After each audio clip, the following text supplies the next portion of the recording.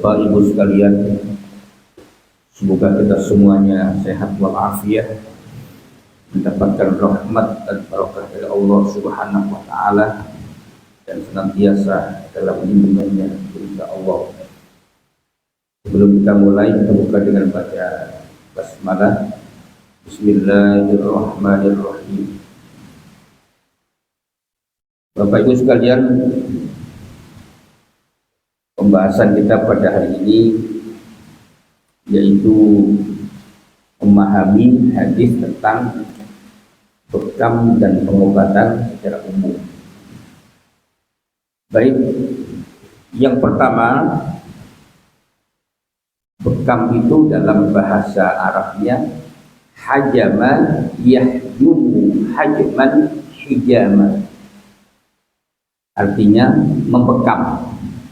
Jadi hajama fi'il maudhi, kata kerja lampau, yahjumu fi'il mudhari, kata kerja sedang atau akan, membekam, hajman hijama.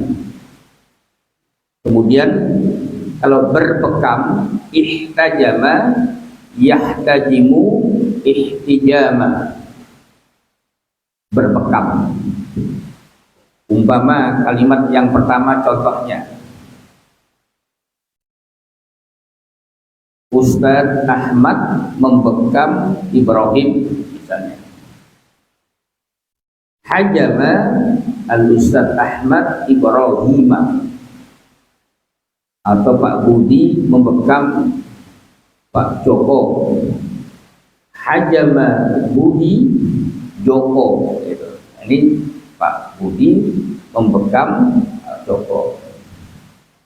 Tapi kalau saya sedang berbekam, ana ahtajimu, saya sedang berbekam, menggunakan ihtajama yahtajimu. Kemudian pembekam disebut hajim atau hajjam, pembekam. Hajimun, pembekam laki-laki.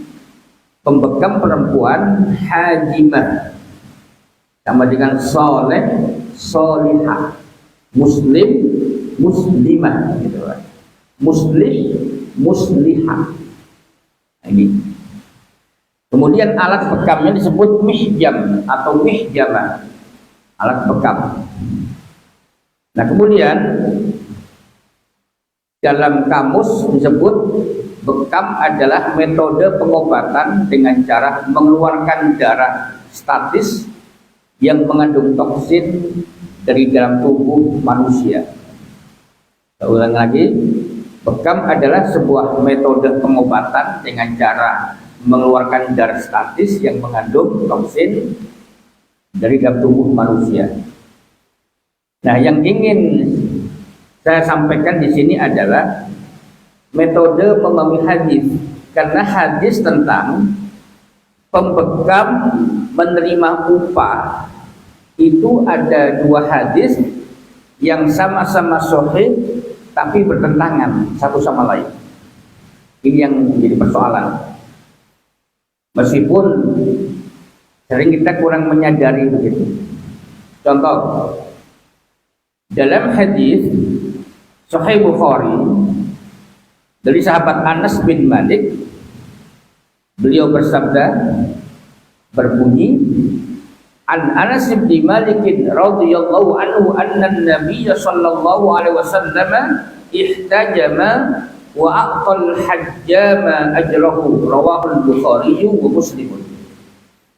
Dari sahabat Anas bin Malik bahwa Nabi berbekam, ihtajama, wa aqtal hajjama ajrahu, dan Nabi memberikan upah kepada pembekam. Jadi Nabi memberikan upah kepada pembekam. Bahasa kita membayar. Kemudian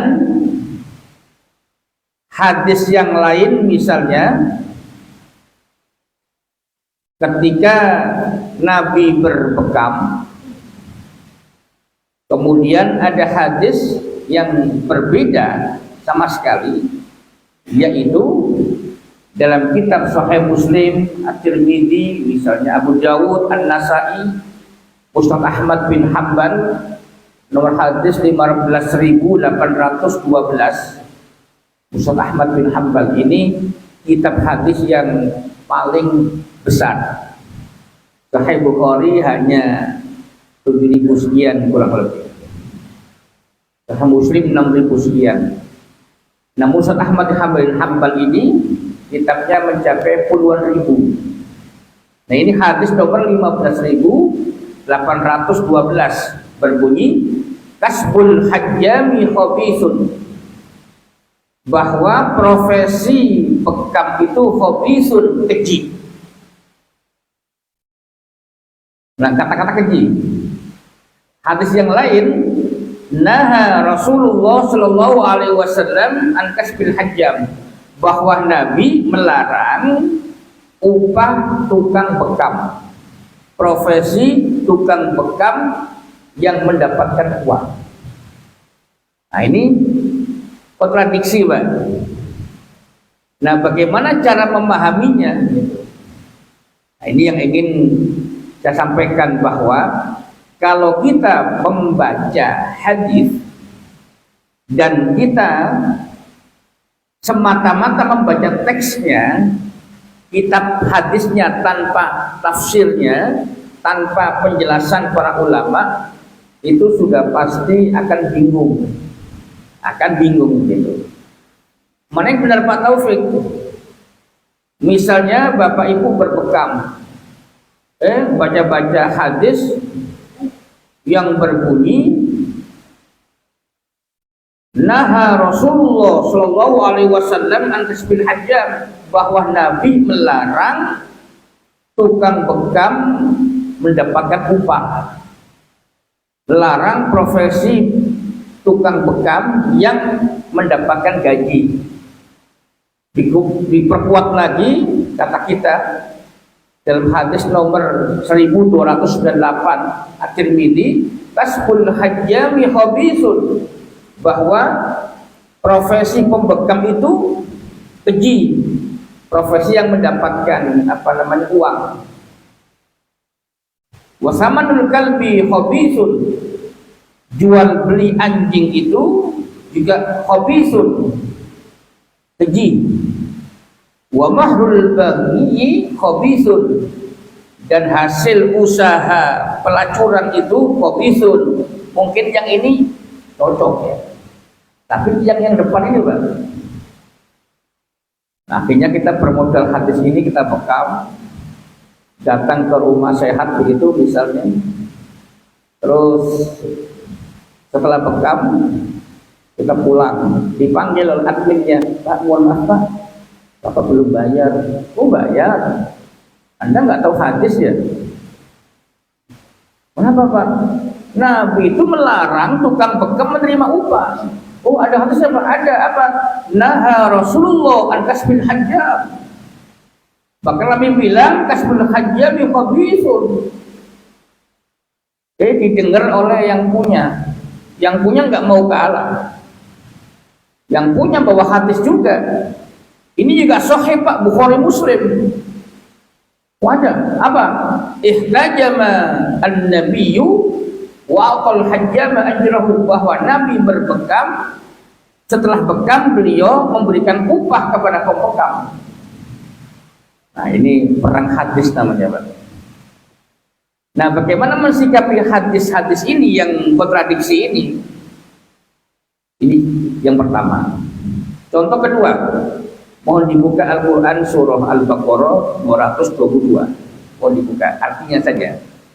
Al-Baqarah 222. Silakan dibaca artinya, saya baca teksnya.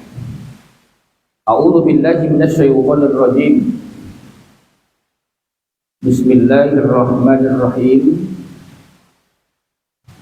Wa yas'alunaka 'anil mahiyid qul huwa adzan fa'tazilun nisaa fil mahiyid. Silakan dibaca artinya. Monggo. Monggo dibaca.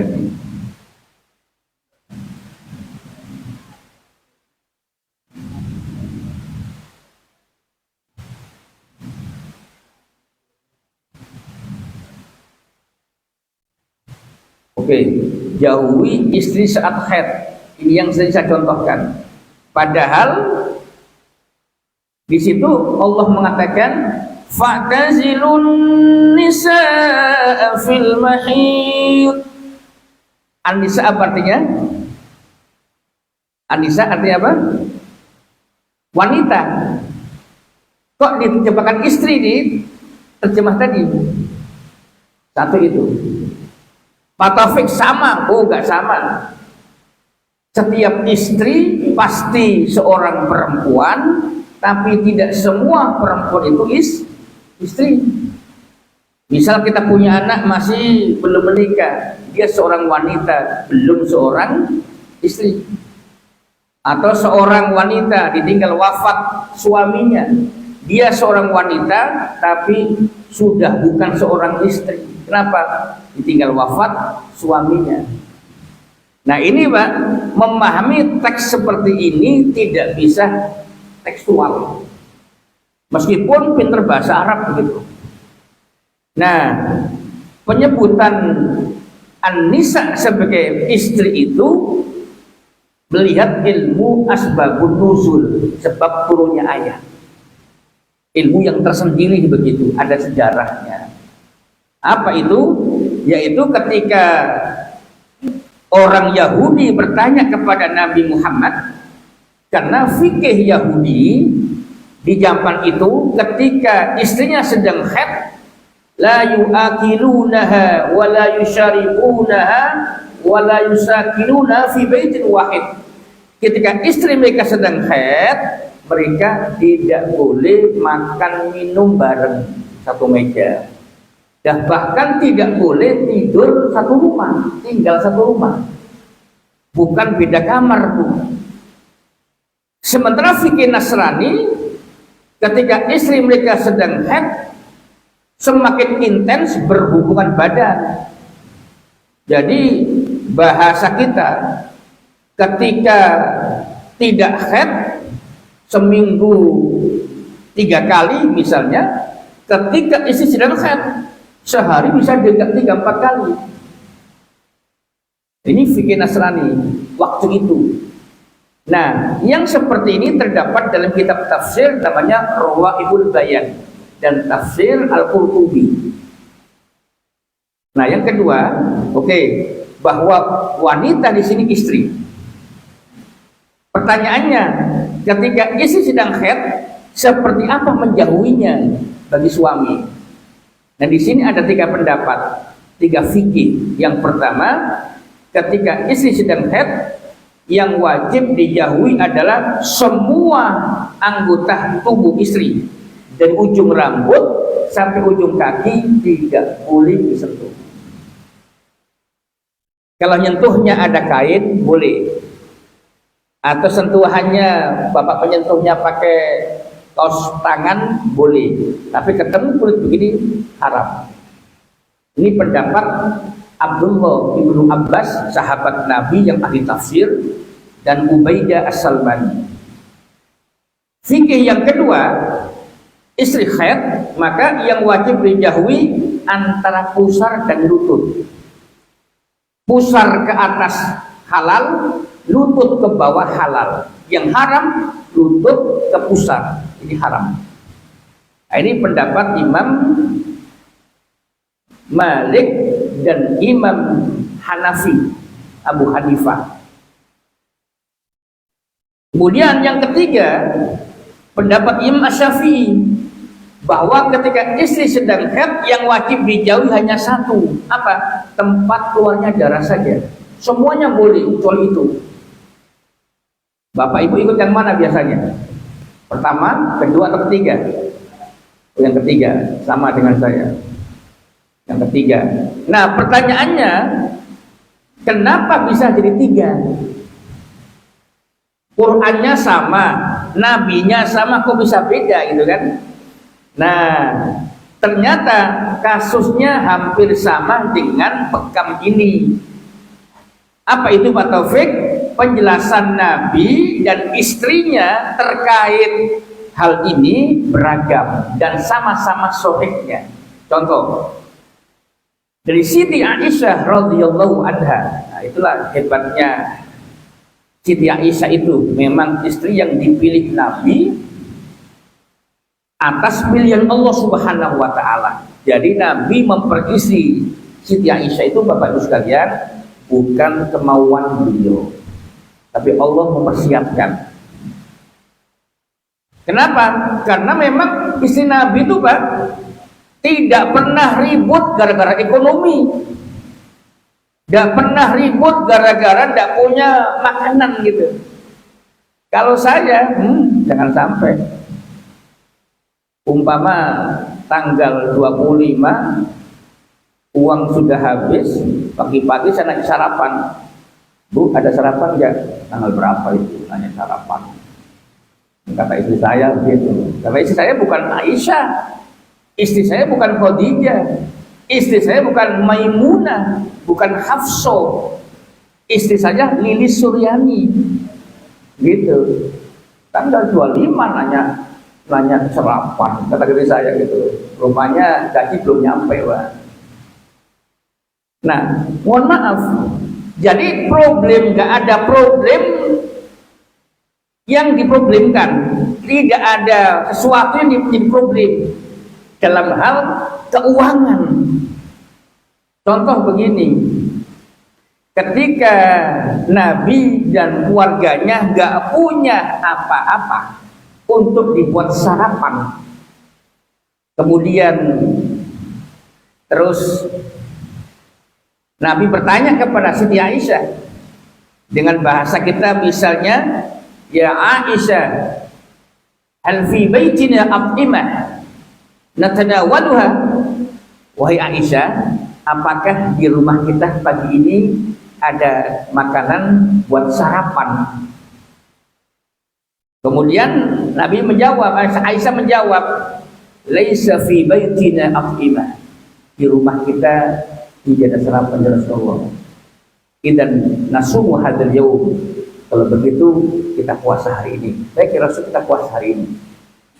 Jadi Nabi mengatakan kalau begitu kita puasa hari ini. Mendengar seperti ini, Aisyah dengan senyum mengatakan, fa idan nasumu, maaf, nasumu hadzal yaum ya Rasulullah. Baik, Rasul, kita puasa hari ini. Sumringah. Coba ini istri saya. Ya Bu, kita puasa aja. Puasa itu sendiri. Orang tuh puasa. Nah, itu istri saya. Bapak-bapak enggak lah. Istri bapak ibu, bapak-bapak ya kayak Aisyah, insya Allah. Insya Allah kayak Aisyah. Ma, ada sarapan?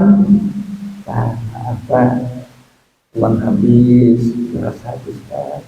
Tidak kita puasa, kita puasa aja. Oh itu istrinya orang itu sekalian begitu tuh. Nah kalau istri saya, waduh, berantem. Nah itu Pak dicontoh oleh Siti Fatimah radhiyallahu anha, putri Nabi, mencontoh papanya. Ketika sahabat Ali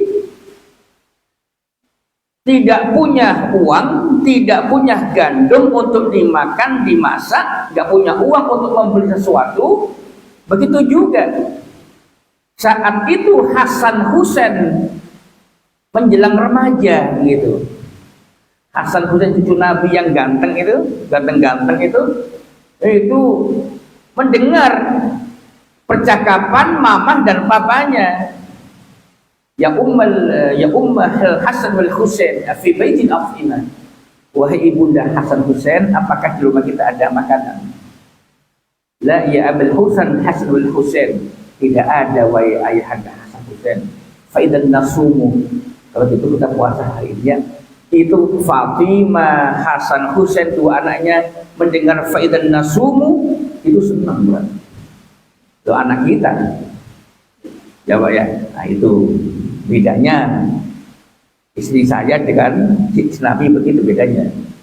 Nah baik, jadi Siti Aisyah ini Pak betul-betul memang Allah persiapkan menjadi gurunya umat Islam. Sehingga banyak hadis terkait beliau, terkait rumah tangga Nabi, terkait kehidupan berumah tangga gitu.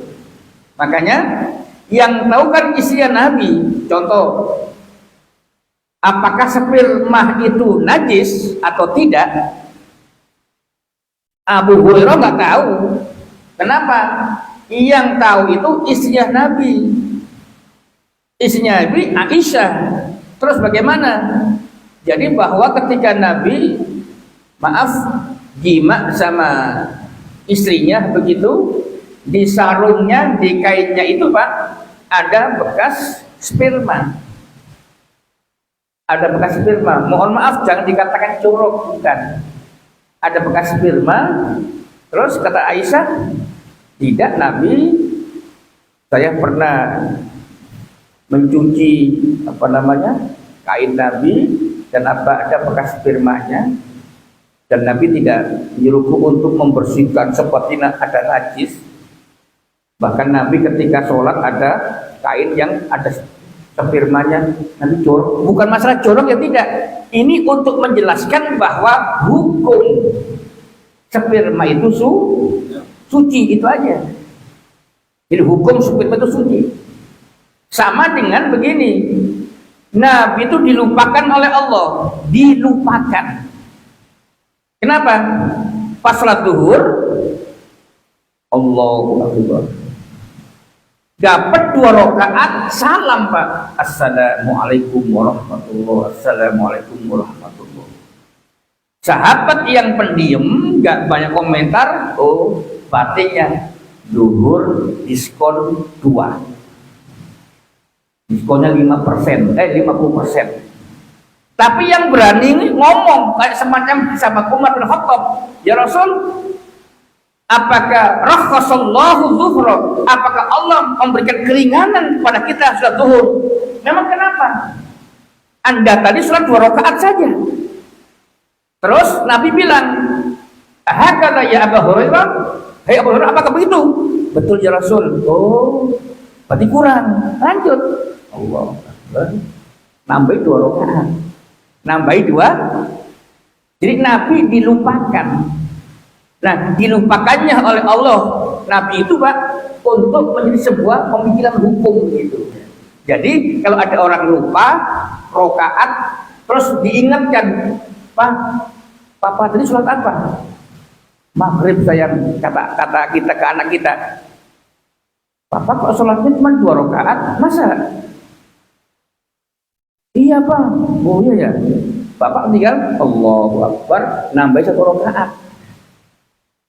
Jadi tidak perlu ulang dari 0 lagi gitu. Nah, ini fikih namanya. Dengan sebab Allah melupakan Nabi, akhirnya menjadi sebuah pemikiran hukum gitu. Nah, termasuk seperti ini Pak. Ketika Nabi mendapati istrinya sedang haid, beliau pernah mandi bersama Siti Aisyah.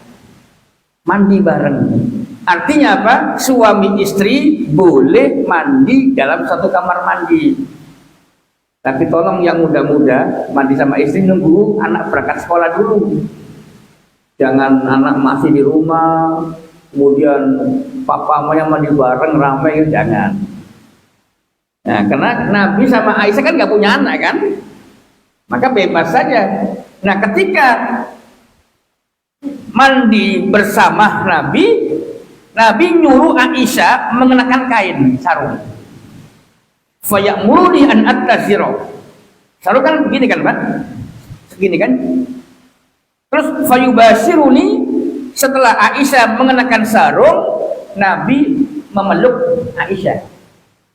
Sehingga kulit Nabi yang berjumpa dengan kulit Aisyah itu kulit pusar ke atas dan lutut ke bawah. Coba kita praktekkan nanti sama istri, berpelukan sama istri, pakai sarung istri kita, insya Allah kulit yang berjumpa pusar ke atas dan lutut ke bawah. Itu Pak. Sehingga Imam Abu Hanifah, Imam Malik menggunakan hadis ini sebagai dasar bahwa ketika istri sedang haid itu boleh bersentuhan pusar ke atas atau lutut ke bawah. Dan saat itu Aisyah sedang haid, Pak. Itu yang pertama. Yang kedua, Hadis yang sumbernya sama, Siti Aisyah juga begitu. Bagaimana? Ada sahabat Masruq. Sahabat Masruq ini ingin bertanya tentang hukum seorang suami menghadapi istri yang sedang haid. Mau tanya kepada Rasulullah, datang ke rumah Nabi, nyampe di rumah Nabi, Nabi gak ada. Yang ada hanya istrinya Aisyah. Terus apa kata Masruq?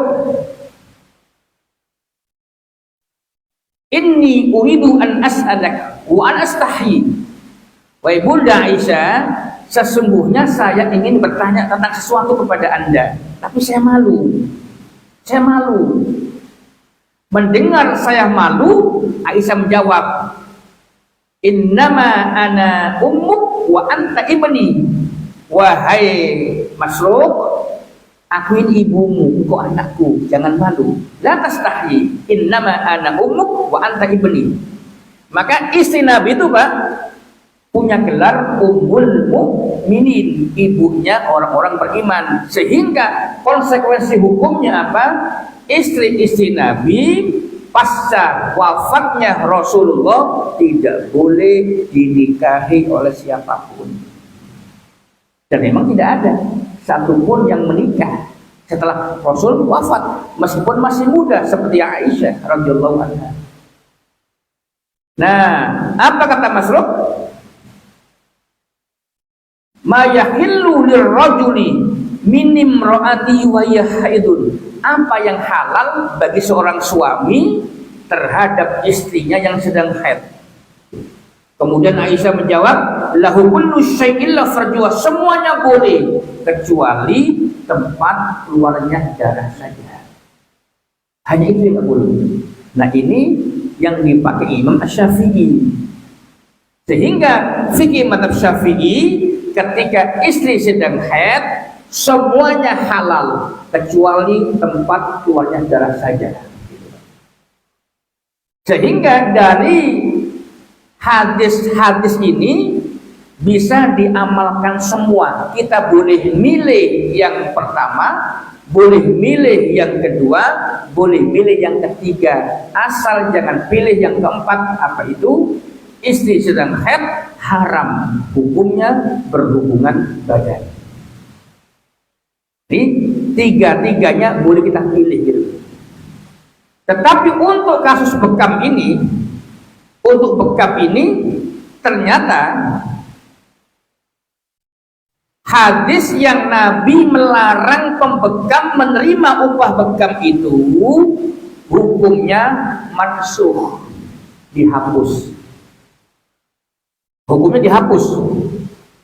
Yang berbunyi, naha Rasulullah sallallahu alaihi wasallam an kasbil hajjam, bahwa Nabi melarang upah tukang bekam. Itu dihapus hukumnya, di amandemen gitu kan, di amandemen. Pak Taufik, apakah ada amandemen dalam Islam? Oh ada. Di amandemen, contoh, mohon dibuka Al-Quran, surah yang pertama An-Nahl 67. Yang pertama An-Nahl 67. Nah, ini alhamdulillah ada website ini. Siapa ya? Oh, berkunci. Ya.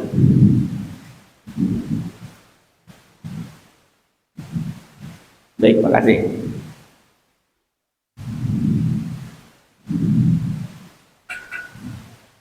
Yang ini Pak tidak boleh tertukar. Yang pertama An-Nahl 67. Yang pertama mohon dibuka, dibaca artinya. Yang kedua Al-Baqarah 219. Yang kedua saya menggunakan Romawi. Al-Baqarah 219. Yang ketiga An-Nisa ayat 43.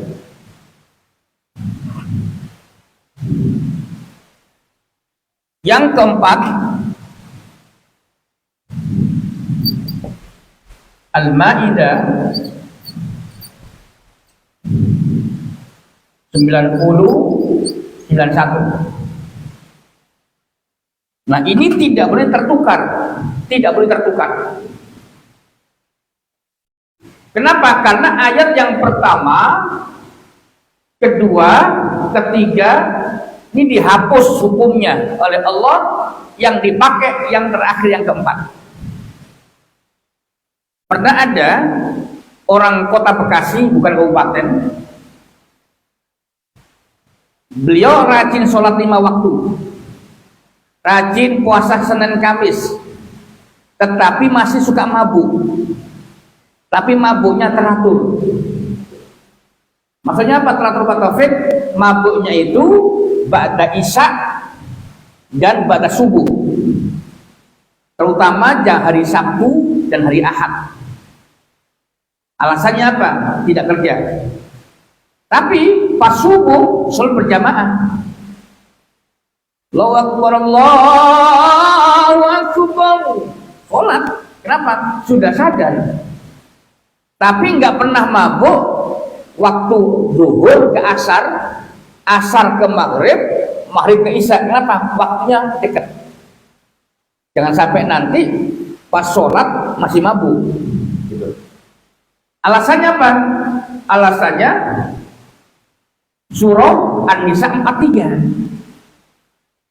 Jadi kata istrinya begini, Pak, Papa, Mama bersyukur Papa sholat, bahkan rajin puasa sunnah, tapi Papa kok masih mabuk. Gimana itu kan? Kata sang suaminya, Mama nggak pernah baca Quran ya? Coba An-Nisa 43 baca dulu. Coba Pak dibaca An-Nisa 43. Silakan.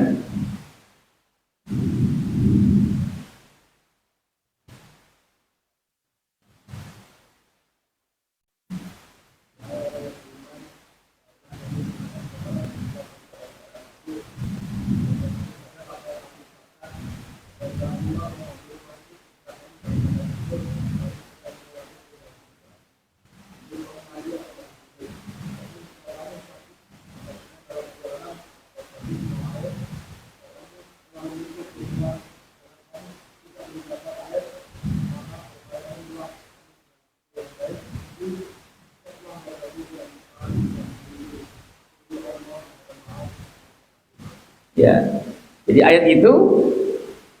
ayat ini memang khomer belum diharamkan. Khomer belum diharamkan ayat ini. Sehingga satu ketika sahabat Abdurrahman bin Auf membuat walimah nikah, bahasa kita resepsi.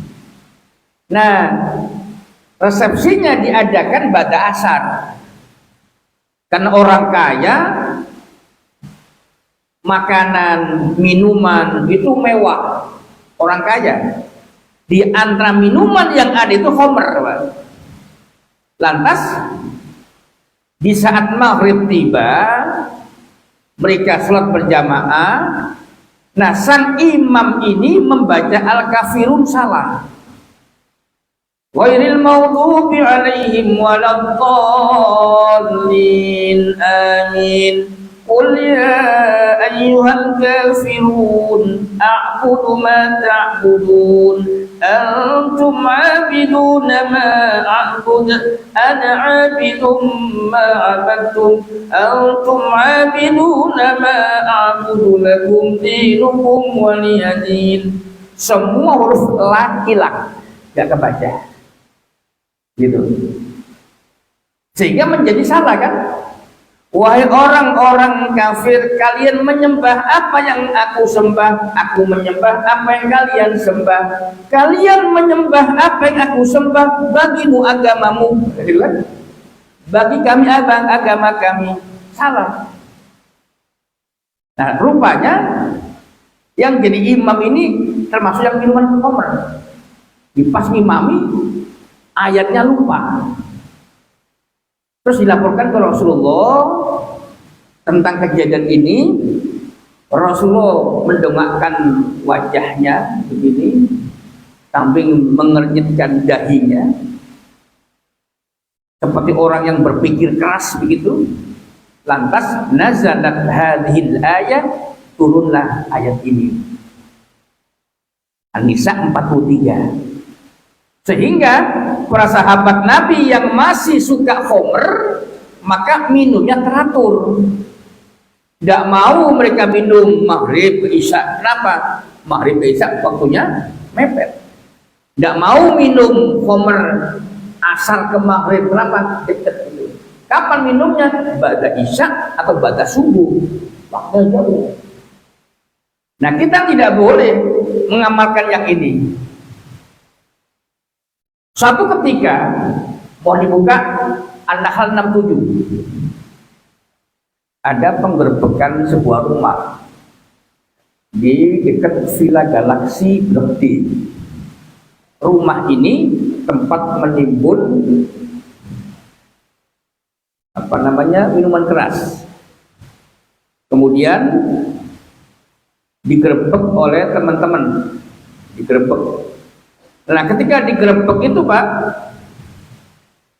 yang punya rumah bilang begini, Allah saja tidak mengatakan haram. Coba Anda buka An-Nahl 67. Silakan dibaca artinya. An-Nahl 67.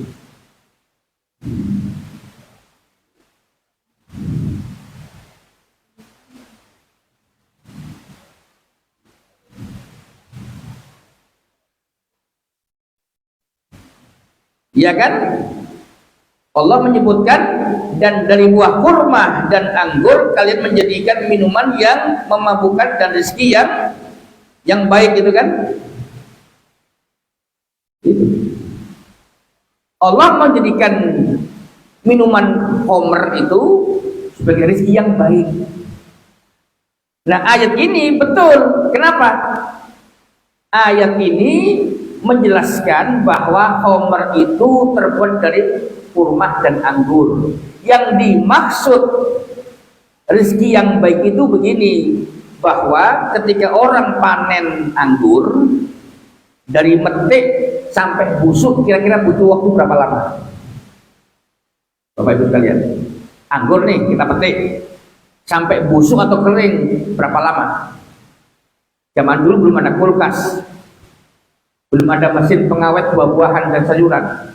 Anggap seminggu kering atau busuk. Maka sebelum busuk diperas, dimasukkan ke bejana, akhirnya jadi minuman. Tapi saking banyaknya perasan anggur itu, gak semua keminum begitu, gak semua keminum. Nah, akhirnya mengendap beberapa lama. Ternyata ngendapan sampai 3, 4 minggu, 5 minggu, 2 bulan, semakin enak gitu, Pak. Akhirnya para petani yang tadinya umpama hanya dimakan seperti biasa akan rugi, karena diperas nggak sampai rugi, bahkan punya nilai jual yang lebih tinggi dibanding dimakan biasa. Dan waktu itu khamr belum diharamkan, termasuk menjualnya, membuatnya belum termasuk yang diharamkan. Sehingga ayat ini pun tidak boleh kita pakai hari ini. Kita langsung yang keempat. Kenapa? Ayat yang pertama, kedua, ketiga ini dihapus hukumnya oleh Allah Subhanahu wa Ta'ala. Gitu. Seperti mau dibuka Al-Baqarah 106. Al-Baqarah 106. Ma nansakh min ayatin aw nusiha na'ti bi khairin minha aw mithliha. Akan dibaca Al-Baqarah 106.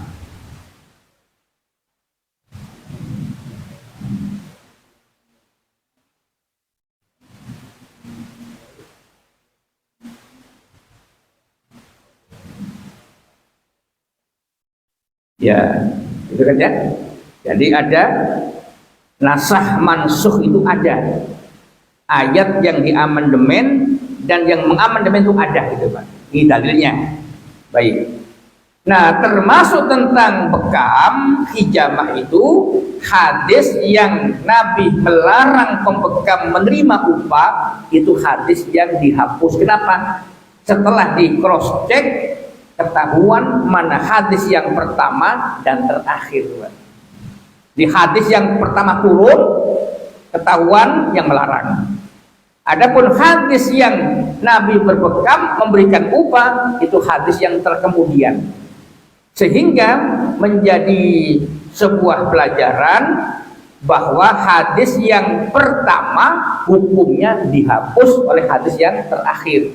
Sama dengan ayat ini, An-Nahl 67, Al-Baqarah 219, An-Nisa 43, hukumnya dihapus oleh Al-Maidah 90. Itu. Yang penutup. Suatu ketika saya mendengar tausiah teman-teman praktisi ruqyah. Dia mengatakan begini, yang menurut saya salah. Menurut saya salah. Apa bunyinya? Bapak Ibu kalau sakit, jadikan Al-Quran sebagai obat yang pertama. Jangan ke dokter, jangan ke rumah sakit. Al-Quran dulu. Al-Quran dulu. Nah, kemudian hanya ngomong seperti itu, tapi tanpa dijelaskan seperti apa begitu. Terus pertanyaan saya, bagaimana kalau orang ini sakitnya stroke? Pakai Quran yang seperti apa begitu? Orang ini sudah sakit ginjal, Anda melarang ke dokter, ke rumah sakit. Alasannya apa? Bahwa Al-Quran itu hudan wa syifa, petunjuk dan obat, kan gitu. Bagaimana penjelasannya begitu? Nah, ternyata teman ini salah memahami ayat Al-Quran, bahwa Al-Quran itu adalah hudan, petunjuk, wa syifa dan obat. Dia salah mentafsirkan ayat ini. Ayatnya pasti benar, ayatnya tidak akan salah, tapi menyampaikan dengan penafsiran yang salah, itulah yang salah. Contoh, saya tanya seperti apa prakteknya ketika Anda mengatakan orang stroke, gagal ginjal, kena asam lambung, gak boleh minum obat ini, gak boleh berobat ke dokter dulu. Quran yang mana? Gitu Pak. Satu, kita tidak menolak ruqyah.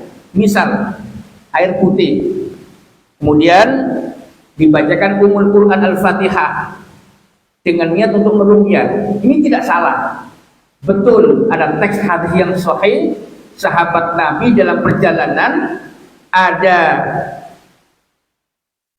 orang kepala suku yang sedang sakit, terus ketika dia minta sahabat-sahabat Nabi ini untuk meruqyah, yang tadinya menolak, sahabat-sahabat Nabi ini kehausan, kelaparan dalam perjalanan, terus minta makan minum, nggak dikasih.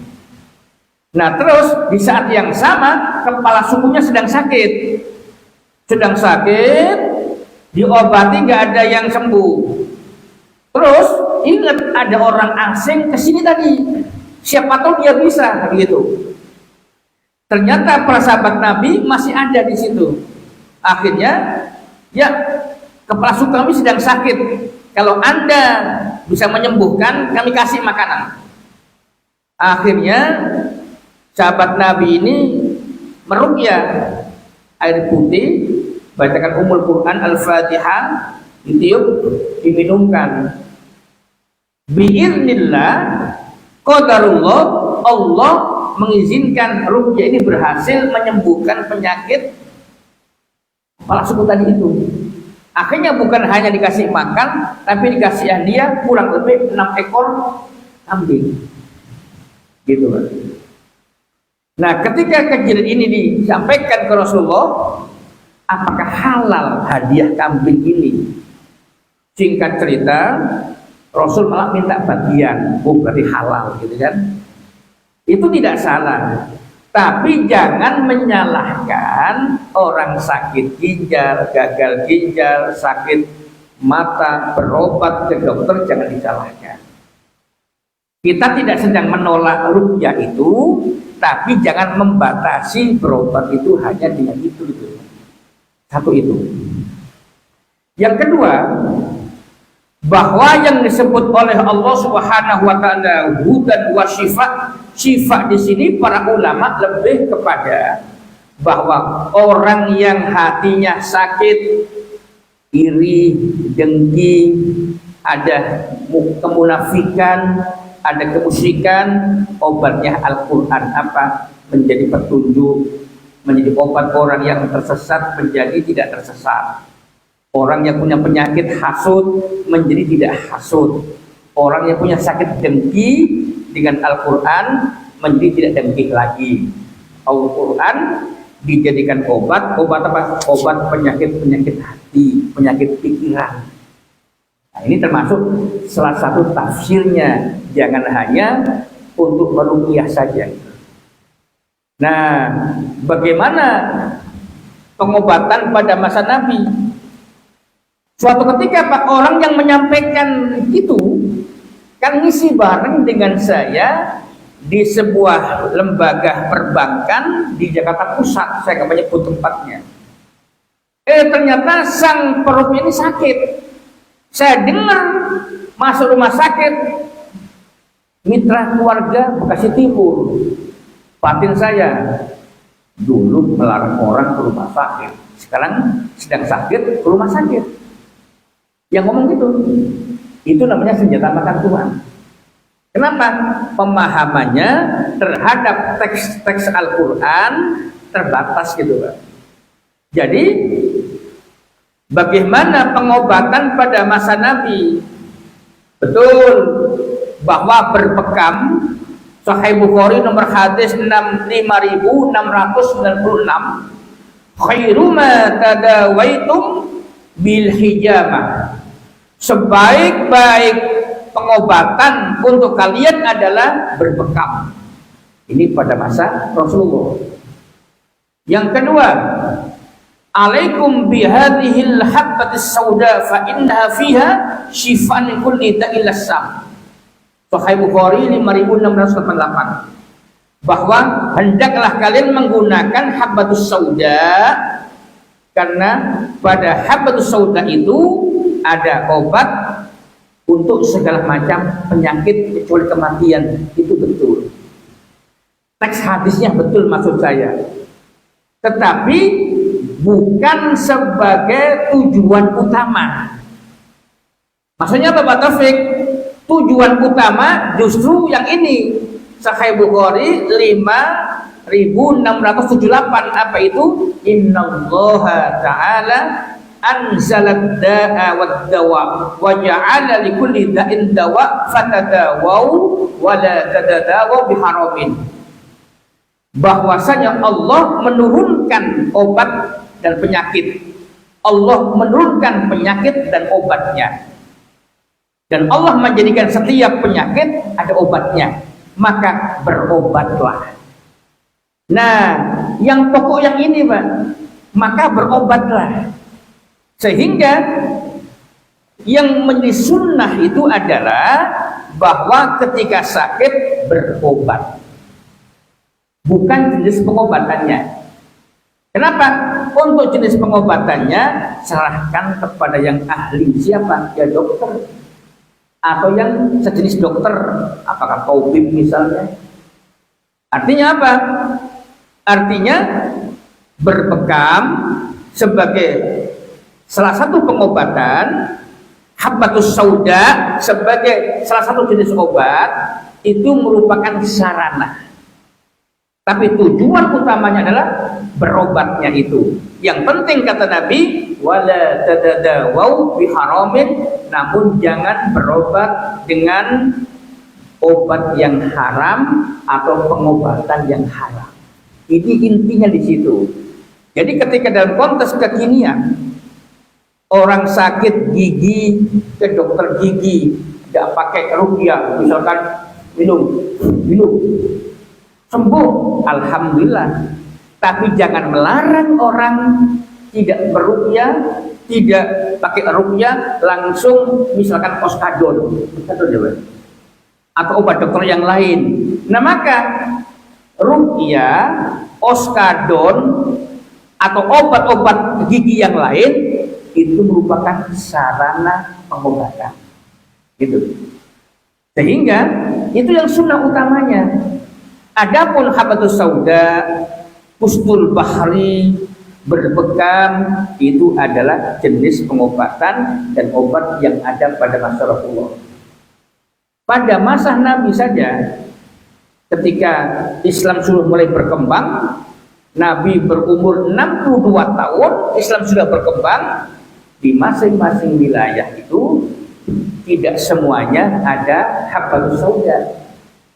Tidak semua wilayah itu ada dikenal dengan bekam. Kenapa? Tidak seperti hari ini, Pak. Orang bicara di Mesir, kita bisa langsung mengakses, ya kan? Zaman Nabi belum ada handphone seperti ini. Sehingga ketika orang Jawa Timur adanya Syekh Maulana Malik Ibrahim di Samudra Pasir, ketika zaman Khalifah Utsman bin Affan, Islam sudah ada di Aceh, sudah ada di Gresik. Di Gresik Aceh tidak ada habatus sauda. Adanya apa? Mungkin adanya rumput ilalang. Ternyata ilalang menjadi obat pada masanya, dan mungkin saat ini juga itu. Artinya apa? Kalau di Arab Saudi, Timur Tengah ada habatus sauda, di Indonesia ada pohon ilalang dan lain-lain.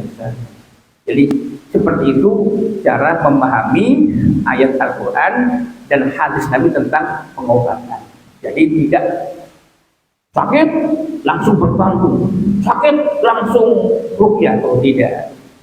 Tergantung kondisi penyakitnya, dan tentu kita menyerahkan kepada ahlinya. Siapa? Ya ahli pengobatan, seorang dokter, dan dokter pun bermacam-macam kan. Sakit gigi ke dokter gigi, sakit dalam ke dokter penyakit dalam, dan seterusnya.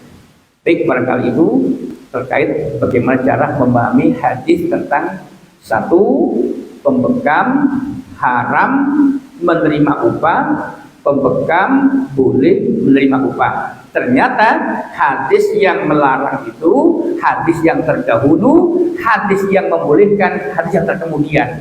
Sehingga hukumnya pembekam boleh menjadikan bekam sebagai profesi untuk mendapatkan uang. Nah ini tujuannya seperti itu, bukan semata-mata bekamnya, tapi metode memahami hadisnya. Baik, pada kali itu silakan jika yang berkonfirmasi terkait cara memahami hadis, silakan foto.